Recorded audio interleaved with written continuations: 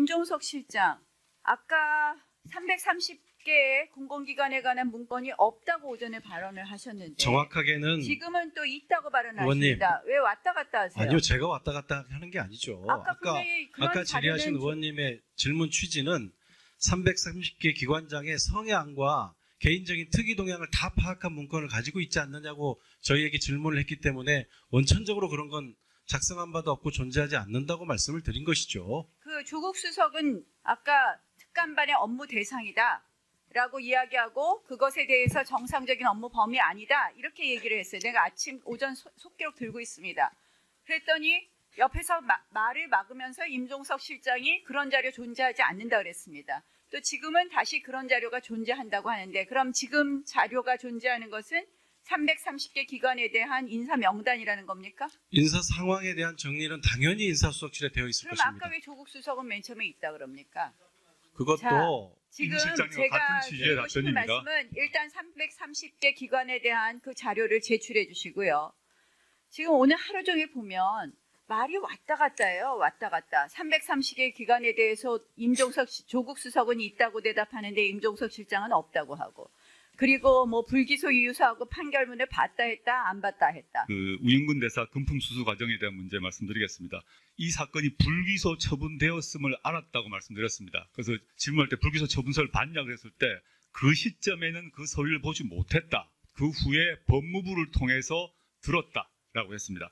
그렇다면 다시 정확히 말씀드리겠습니다. 그 첩보가 들어온 그 시점에 법무부를 통해서 확인을 했습니다. 그 시점에 법무부를 통해서 확인했을 때 제보와 유사한 고소가 있었고 그에 대해서 검찰청이 고소인의 고소 내용이 근거가 없어서 무혐의 처분하였다라는 점을 부두로 박형철 이사장이 보고를 받았습니다. 그 시점에는요. 그 뒤에 그 보고를 제가 받았습니다. 그 이사장이 보고를 받았습니다. 그 시점에는요. 그 뒤에 그 보고를 제가 받았습니다. 그 다음에 최종 문서는 그 최근에 이 사태가 터지고 난 뒤에 당시 그 상황에 대한 보고를 문서로 법무부부터 새로 받았던 것입니다. 이게 다시 한번 정리해서 말씀드립니다. 특별한 말을 바꾼 적이 없음을 말씀드리고요. 보니까 오늘 운영위는 업무 보고예요. 일반적인 상임위원회죠. 우리가 증인 선서도 받지 않습니다. 거짓말을 해도 처벌할 수도 없습니다. 형사 처벌이 안 되는 것이죠. 우리가 증인 선서하고 제대로 이 부분에 대해서 거짓말 했을 때 형사처벌할 수 있는 청문회나 국정조사 할 수밖에 없는 것 아닌가 이런 말씀 드립니다. 아니 의원님 왜 그렇게까지 말씀을 하시죠? 저희가 지금 거짓말하고 있다고 지금 말씀하시는 겁니까? 왔다 갔다 말씀이 달라진다는 충분히 얘기입니다. 설명을 드렸지 않습니까?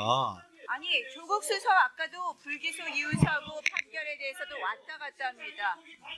아니 저희가 그래서 답변을 드렸는데 취지가 다른 질문을 하셔놓고 마치 저희가 말 바꾼다고 말씀하시니까 의원님들 조용히 해주시고요. 전혀 다른 취지의 말씀을 주셔놓고 저희가 말을 바꾼다고 이야기하시면 서로 존중하면서 이 회의가 진행됐으면 합니다. 잠깐만요. 그건 이만희 위원 의사진행 발언이십니까? 공공기관장의 당과 그 감사들에 대한 임기와 그 사람의 성향, 세평 등이 포함되어 있는 문건이 있다는 것을 제가 얘기 드렸고 그 조국 수석께서는 그게 있다고 말씀을 하셨어요. 그런데 옆에서 우리 임종석 실장이 그런 문건은 존재하지 않는다고 중간에 끼어드신 겁니다. 그게 정확한 팩트고요. 저는 분명히 그렇게 작성된 문건이 있다고 믿고 있습니다. 왜 그러냐면은 언론에 나와 있는 그 작성 조유가 너무나 구체적입니다. 제가 믿고 있는 그 문건의 존재를 반드시 조국 수석과 우리 실장님한테 자료로서 제출해 주시고 그 자료가 블랙리스트인지 아닌지 이런 것들의 얘기는 다른 국민들의 판단에 눈높이에서 맡겨보자는 얘기입니다. 이 의원님께서 이제 이 한 장의 문건에 많이 들어있다고 생각하는데 저도 똑같이 말씀드리고 싶은 겁니다. 왜 그렇게 저는 김태우 수사가 전 감찰반원의 말을 이렇게 과하게 신뢰하시는지 정말 모르겠는데요.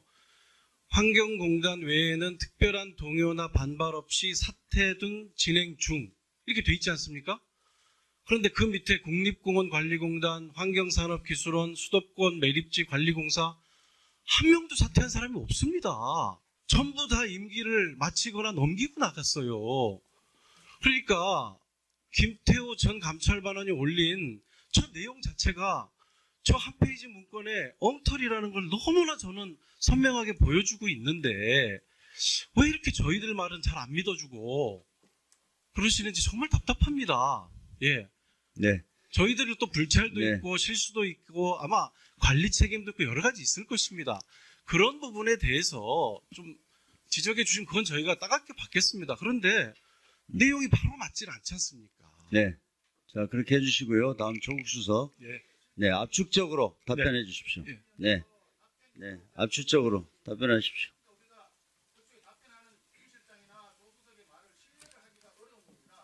이 방송을 보고 있는 전 국민이 신뢰를 못한다는 게 문제가 있는 거예요. 그러다 보니까 우리 청와대에서 하고 있는 모든 정책들 자체가 험결이 생기는 것처럼 보여지잖아요. 그런 부분에 대해서 네. 정말 저 반성을 좀 답변을 들으시죠. 그 다음에 330건 문제에 대해서도 다시 말씀드리겠습니다.